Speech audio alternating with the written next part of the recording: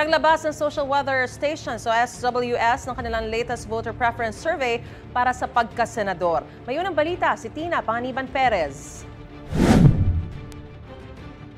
Sa Social Weather Station survey na kinomisyon ng Strat-based Consultancy, isang advisory at research consultancy group, lumabas na kasama sa top 12 na posibleng mananalo sa eleksyon 2025 sina Congressman Erwin Tulfo, Senators Bongo at Lito Lapid, dating Senate President Tito Soto, broadcaster na si Ben Tulfo, Senators Ramon Bong Revilla at Pia Cayetano, dating Senador Ping Lacson, Senator Bato de la Rosa, dating Senador Manny Pacquiao, Makati City Mayor Abby Binay at TV host na si Willie Revillame.